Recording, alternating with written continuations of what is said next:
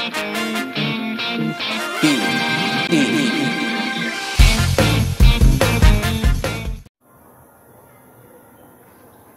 My dear student, chemistry का आज का सेशन लास्ट है।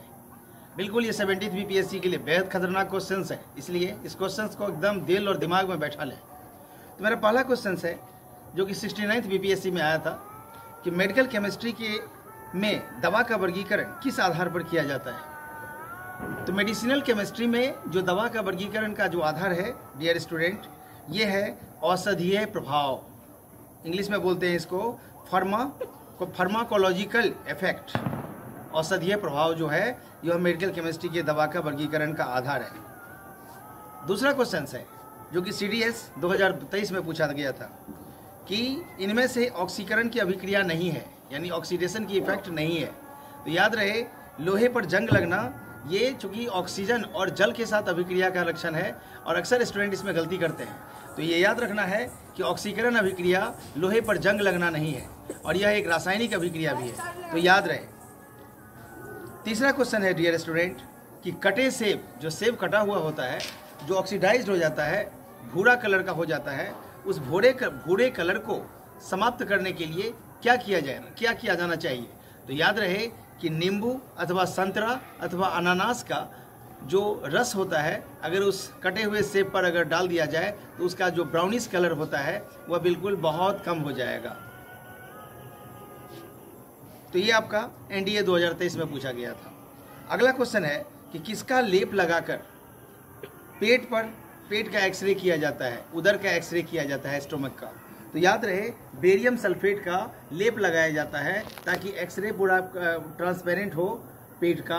और ये बेरियम सल्फेट जो BaSO4 है, ये इनऑर्गेनिक केमिस्ट्री का पार्ट है, अकार्बनिक रसायन है, याद रहे। अगला क्वेश्चन है डियर स्टूडेंट कि प्रेशर कुकर में खाना जल्दी पकता है। बहुत इंपॉर्टेंट क्वेश्चन है। ये पूछता है कि प्रेशर कुकर में खाना जल्दी पकने का कारण क्या है। तो याद रहे कि वाटर का जो बॉइलिंग पॉइंट होता है ये टू मच इंक्रीज्ड होता है, यानी जल का जो क्वथनांक होता है, बॉइलिंग पॉइंट, वो अधिक होता है। और याद रहे, जब बॉइलिंग पॉइंट अधिक होता है तो प्रेशर जो होता है वो भी अधिक होता है, यानी दाब जो होता है वो भी अधिक होता है। तो ये भी आपको स्टेट PCS में क्वेश्चन पूछा हुआ है डियर स्टूडेंट।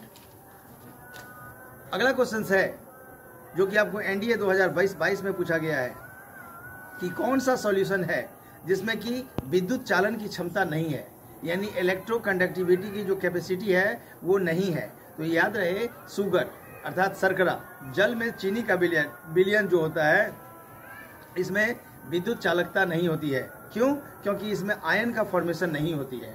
जब आयन का ही फॉर्मेशन नहीं होगा तो कंडक्टिविटी नहीं होगा। तो सिंपल सी बात है, इसका आंसर हो गया जल में चीनी का विलयन अर्थात शर्करा अर्थात शुगर।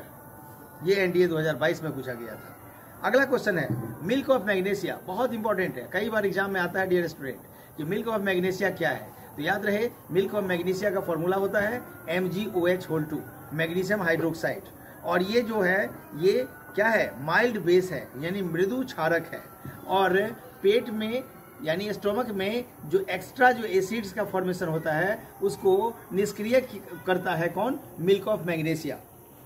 तो ये आपको CDS 2022 में आया था डियर स्टूडेंट। अगला क्वेश्चन है कि बुलेट प्रूफ जैकेट बनाने के लिए जो एप्रोप्रिएट जो फाइबर है, यानी उचित फाइबर जो है, रेशा जो है, वो कौन है। तो याद रहे, केवलर। और ये आपका 69th BPSC में आया था।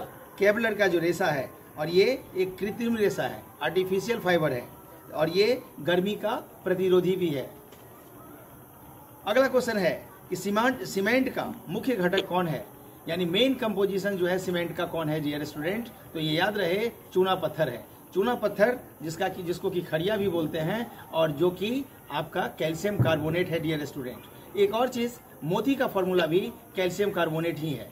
तो ये सारे क्वेश्चंस को आप लोग दिल और दिमाग में बैठा लें। उम्मीद करता हूं कि 70th BPSC के लिए इस जितना मैं केमिस्ट्री का डिस्कशन किया तो उससे आपको मैक्सिमम क्वेश्चंस आएगा डियर स्टूडेंट, चाहे वो डायरेक्ट आवे चाहे वो इनडायरेक्ट आवे। Thank you. कल से आपका फिजिक्स का सेशन शुरू होगा बिल्कुल चुनिंदा क्वेश्चन के साथ। मैं संजीव कुमार झा, मैं फिर आऊँगा और आज मैं सेशन को यहाँ पर दी एंड कर रहा हूँ। Have a nice day, good evening.